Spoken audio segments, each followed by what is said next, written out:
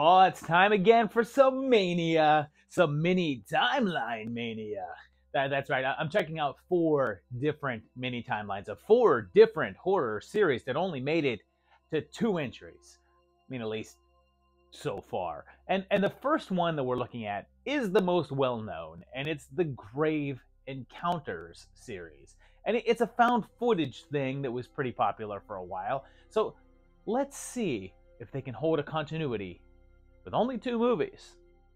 Our close encounter begins back in 2011 with Grave Encounters. And right off the bat, we get a guy on camera, and it says that it's in 2010. And Jerry here says that he received a pilot tape for a show called Grave Encounters.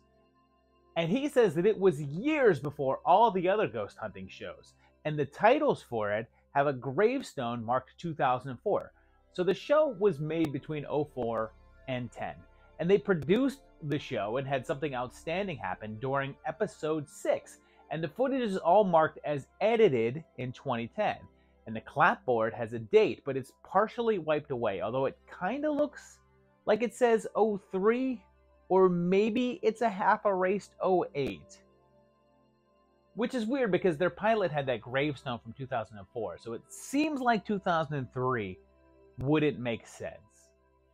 So we have our host named Lance telling us about the Collingwood Psychiatric Hospital that was closed down in 1963.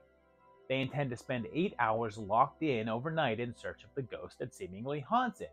And there's archival footage from the late 30s, early 40s, which is weird because they're watching TV, something that was not available to the public yet at this time frame. And there was also this creepy doc there named Arthur Friedkin who was doing weird experiments on the patients until they broke free and killed him. And is this like a found footage remake of the House on Haunted Hill remake or something? Old hospital with an unethical doc killed by his patients, and now a group has to spend the night there? Sound familiar? It's clear that the makers of the show don't actually think there's anything haunted and actually pay people to say that they saw ghosts. And they're shut in until 6 a.m. the next morning with no lights and only night vision cameras. As the night goes on, they get some unusual occurrences on tape, which begin to escalate, causing them to get frightened. One of their group goes missing, and no one shows up in the morning to let them out, and when they try to find an exit, all they uncover is more hallways.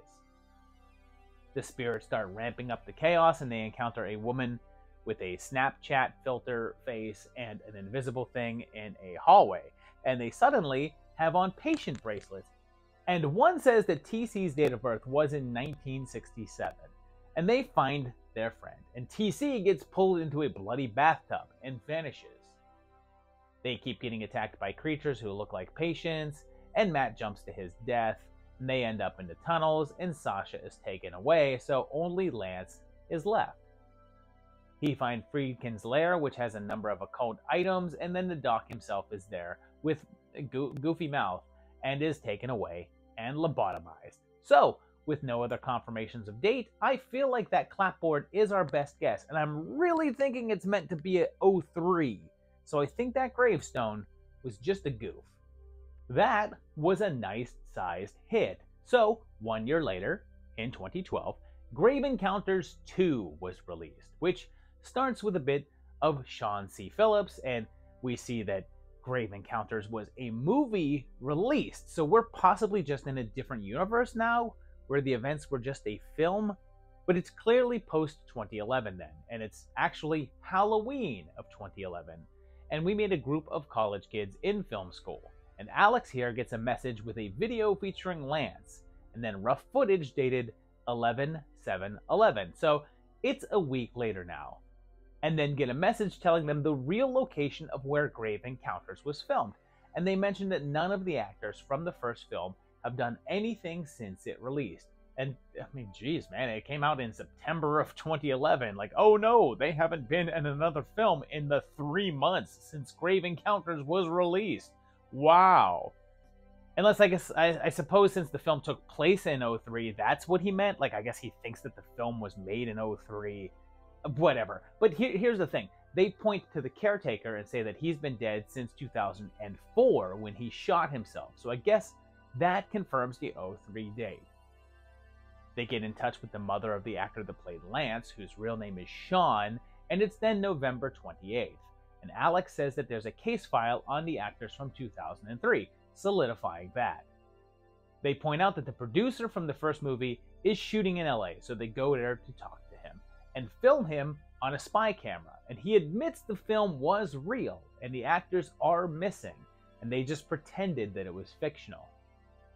So they decide to head to Canada, to where the original was filmed, and it's now the beginning of December, and they get into the asylum. They state very directly that the original film was March 20th, 2003, and of course they're treated to a repeat of the events of last time, as the entrances all disappear, and then there's bendy mouth ghosts, and they start getting whittled down. And then if you've seen this GIF on the internet and you didn't know where it was from, well, here you go, and I refuse to say GIF, it's a GIF. And they manage to get out of the hospital and go back to their hotel, but it turns out that they're still in there. They wander the tunnels, and then they discover Sean/Lance down there, and say that he's been down there 9 years, even though he says he's been there 9 months. Although 9 years from 2003 would be 2012, but considering it's December, he's just rounding up, and he kills Trevor. They then see Friedkin appear, sacrificing a baby, and Sean is trying to create an ending for the film, but is sucked into a vortex. Alex then figures out that the evil wants an audience and has to complete the film in order to get out of the hospital, so he kills Jennifer and is allowed to leave. It then jumps to October of 2012, and Alex and Jerry are prepping for the film's release, saying that it's all just a movie. Back in 2015, it was announced that a script for Grave Encounters 3, subtitled The Beginning, was completed, although there's been no movement on it since then, so it seems like this franchise is stuck at 2 entries. So there you have it, just 2 movies, and yeah, I mean, kind of confusing in terms of time frame. The second film really solidifies it all. I mean, but that gravestone still doesn't make any sense, but it's not too bad. And I like the first one of these. The first one of these is fine. It's nothing too great, but it's enjoyable enough. But the second one is just the first one again with more annoying characters. But now, let's go on to something more obscure and low budget. And we're going to check out the horror comedy duo of the Slashening films. And let's see how this shakes out. We'll start back in 2015 with The Slashening. And it begins with a swinging couple getting murdered by an unseen person.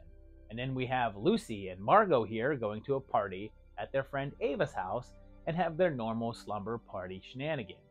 And one tells the story of Rusty Joe, who has a Bloody Mary style backstory.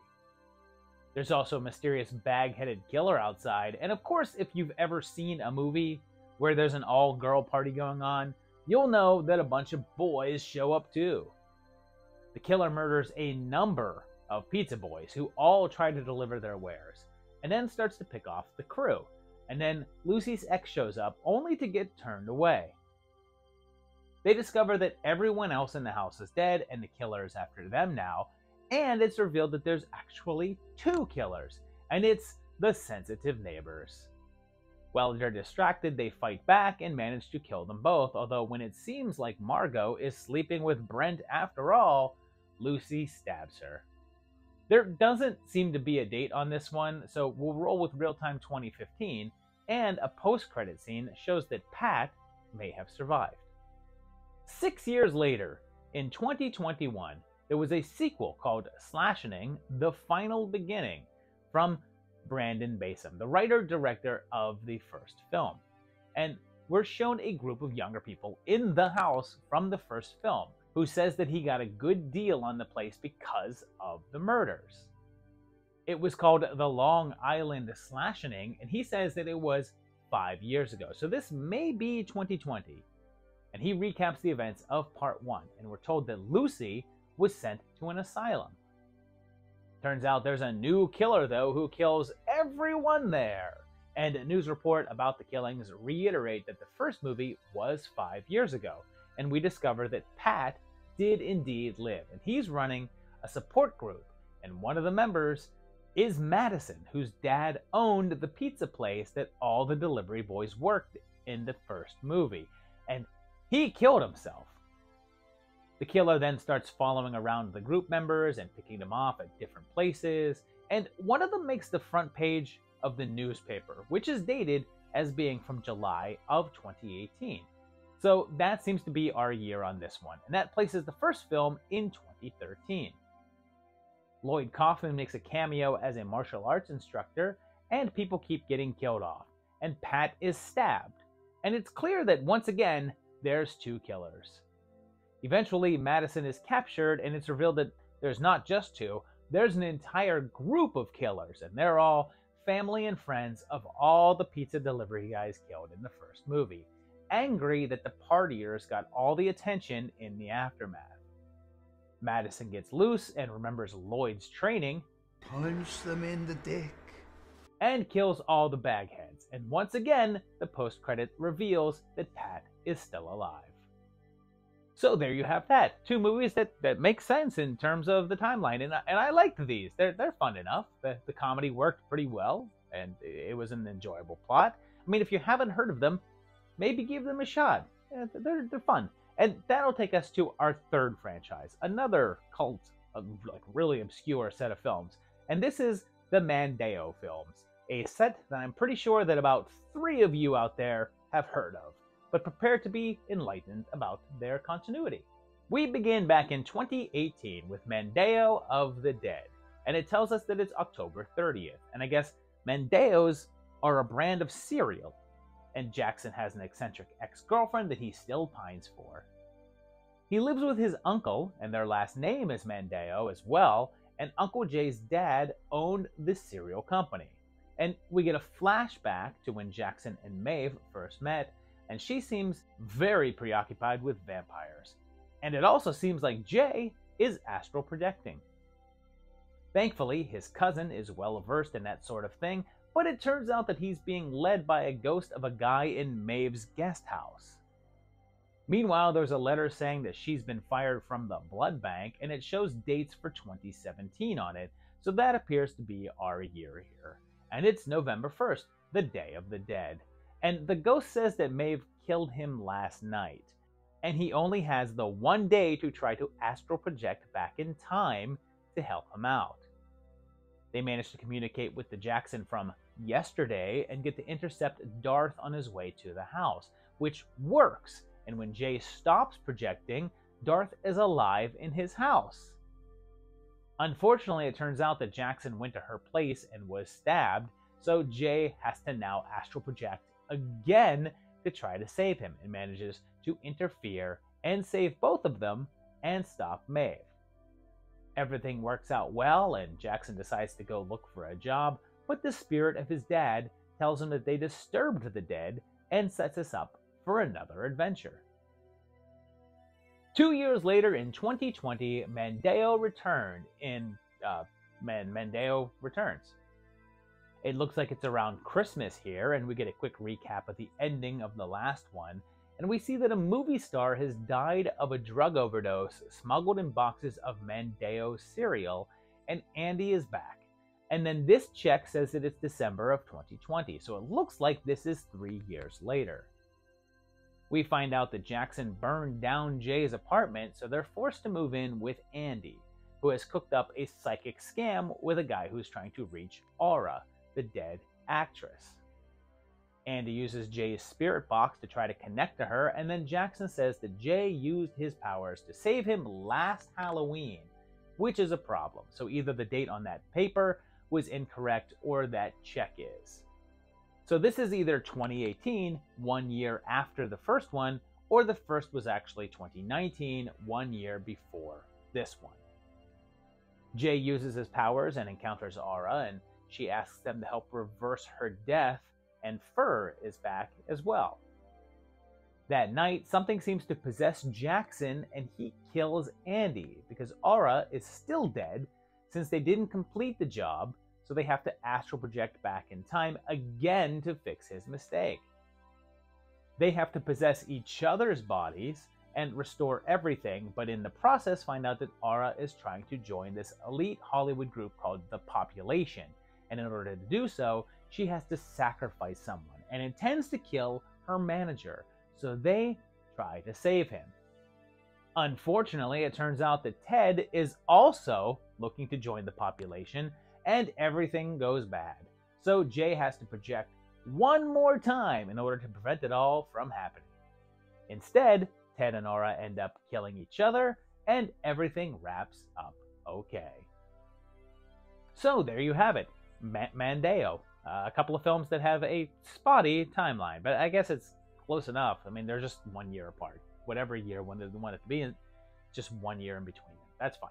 And I liked these quite a bit. This is low-budget charm at its finest. Like, they're not earth-shattering flicks or anything like that, but I had a really good time with the characters, and I recommend seeking them out. But that now takes us to our final timeline of this mania, and we're headed overseas now to Japan to check out the timeline of the Suicide Club movies. One I was unaware had a sequel until recently. We're beginning back in 2001 with Suicide Club from Japan, and buckle up because I'm going to try to describe it, but that doesn't mean that I can make sense of it. It starts with a bang at a subway station, and it's May 26th, and a large group of students are congregating, and all the girls walk up to the line, join hands, and excitedly jump in front of the train. There's a popular kids musical group named Dessert, and on the same night, at a nearby hospital, a pair of nurses casually jump out of a window. The police are baffled, but get a lead from an anonymous caller to check out a website who calls themselves The Bat. The next day, on the 27th, they go to the hospital and find a mysterious bag, and there's a calendar up on the wall, and they're a little ahead since it's for June, and the days of the week match up with the year 2001, so it's likely that we're set in real time. In the bag is what appears to be a giant roll of stitched together skin strips made from about 200 different people, and when they examine body parts from the suicide victims, they're all missing strips of skin. On the 28th, a group of school students are on the roof for lunch and joking about the suicides, and all line up on the edge, seemingly playing around. But then, they're not. On the 29th, people are still killing themselves, and their skin matches that on the reel, and a girl named Mitsuko is hit by her boyfriend as he jumps to his death. On the 30th, a mysterious caller with a connection to the suicide calls and says that 50 more people will jump in front of a train tonight, but the time comes and goes with no incidents. However, on a much smaller level, individual suicides happen all over the city, including Kuroda's entire family. The Bat is kidnapped by a gang of teen boys led by Genesis, who claims to be the head of the Suicide Club. The music then stops for a musical number as they rape and kill the girls that they have kept in bags there. It's pretty dark. Because of death. Because death. Speaking of dark, a despondent Kuroda shoots himself. The Bat manages to email the police, and it's dated 5/30/01, so it's definitely 2001, but she's then killed. The next day, they arrest Genesis and his crew, and they're blamed for the suicides, and on June 1st, Mitsuko goes to her boyfriend's house and discovers that he was fascinated with the band Dessert, and finds a hidden message on their album cover that says, "Suicide." So, she sneaks into the backstage area of one of their shows, encountering a strange group of children, and she's taken to a back room where they add a piece of her skin to a new reel. It ends up in the hands of the police, who recognize Mitsuko's tattoo and confront her, but she goes off alone, her fate uncertain. We're left with the news that Dessert is disbanding, and they do their final performance. A sequel arrived 4 years later in an odd form with 2005's Noriko's Dinner Table. It begins by telling us that it's December of 2001, so about 6 months after the original film, and we meet Noriko, who lives with her family and is 17 years old, and has a reunion with her old friend Tangerine, a very peppy, fashionable girl. She takes a job working for her school newspaper, gaining online access, and she takes the name Mitsuko, the same name as the character from the first film, although this appears to be a different character. She makes some internet friends from Tokyo and desperately wants to move there, but her dad is against it. So, in December of 2001, she runs away. She's invited to meet the mysterious Station 54 and is instructed to go to Locker 54 and meets her, a girl named Kumiko. It then cuts to 6 months later, and it's May 26, 2002, and we're told that 54 girls just jumped in front of a train, catching us up to the intro of the first film, and moving that one's date to 2002, as the earlier events of this film were instead a type of prequel. We then jump to the perspective of Noriko's sister Yuka, and she becomes obsessed with the website tracking the suicides and puts a picture of dessert on her wall. Both girls end up missing, making their father go searching for them, looking into the suicide club for months, stretching all the way until December of 2002, and he's shocked to learn of his daughter's loneliness. Meanwhile, in a flashback, we see that after Noriko met Kumiko, she introduced her to her whole family and went to visit her grandmother, and leading into increasingly odd scenarios.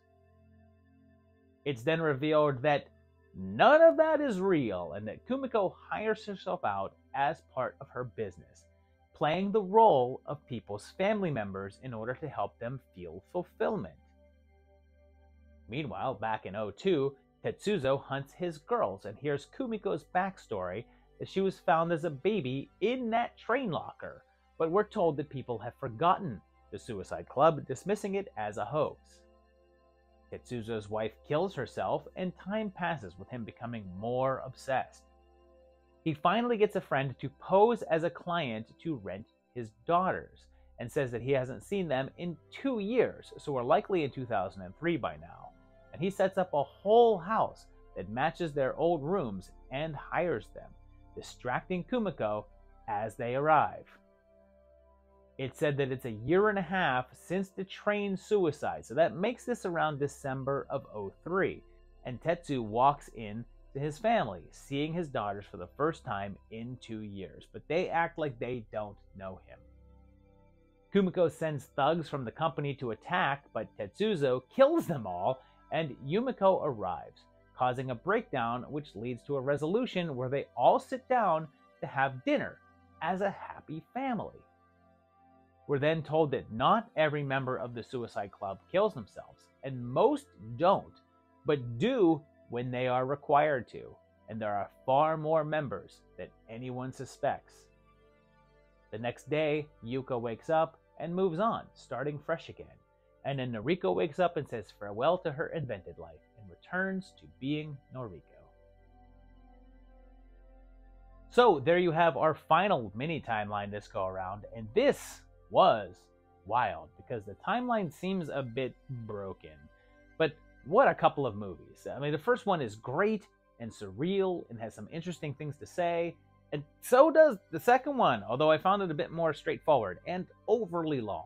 But it's still damn good. So let me know what you thought of all of these movies. Let me know how many of them you've seen. I know that there's quite a few in here that are a little bit more obscure. I wanted to cover some things I think most people hadn't heard about and shine a little bit of a light on them, but also feature some of the bigger name ones like Grave Encounters and Suicide Club, which I think is a very popular J-horror flick. Let me know which of these are your favorite, and if you enjoyed them as much as I did, because honestly, I think I dug most of the ones on this block. I'm not that crazy about Grave Encounters 2, but for the most part, I enjoyed almost all of these movies, but let me know which of these you did. And if you enjoyed this video, please consider hitting that like button, and if you enjoy this channel, please consider subscribing to it and hitting the bell so that you get notified when new videos come up.